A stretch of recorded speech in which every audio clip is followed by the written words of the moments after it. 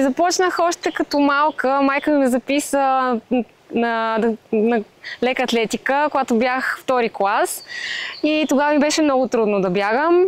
Но в последствие, така, следвайки примера на моята сестра, която всеки ден ходеше на стадиона и бягаше по 10 обиколки, и аз започнах като нея и в последствие ми хареса много и така до ден днешен си продължавам да бягам.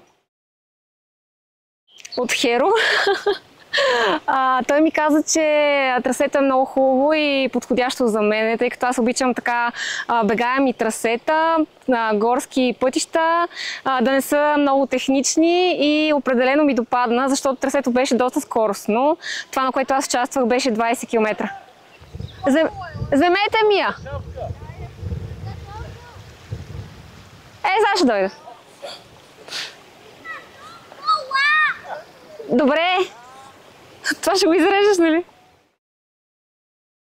Тази година съм се концентрирала предимно върху по-дългите състезания, на шосейни маратони, планински маратони и най-дългото ще ми бъде Витоша 100, което ще говорим за планински ултрамаратон. Още е рано да кажа каква ми е формата, но мисля, че в момента така вече си възвръщам добрата бегаческа форма и се надявам до края на пролетния сезон да съм в топ форма.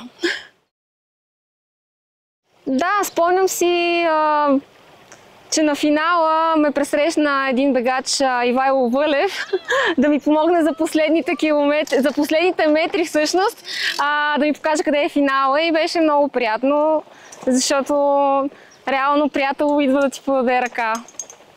Това си спомням. И си спомням също, нали, то не е от самото състезание, но на старт финалната зона, която беше една полянка, там бях оставила детенцето ми с мъжа ми и то си играеше. Имаше и много други деца и смятам, че това състезание е подходящо за семейство с деца, защото и децата могат да си намерят приятни занимания и компания.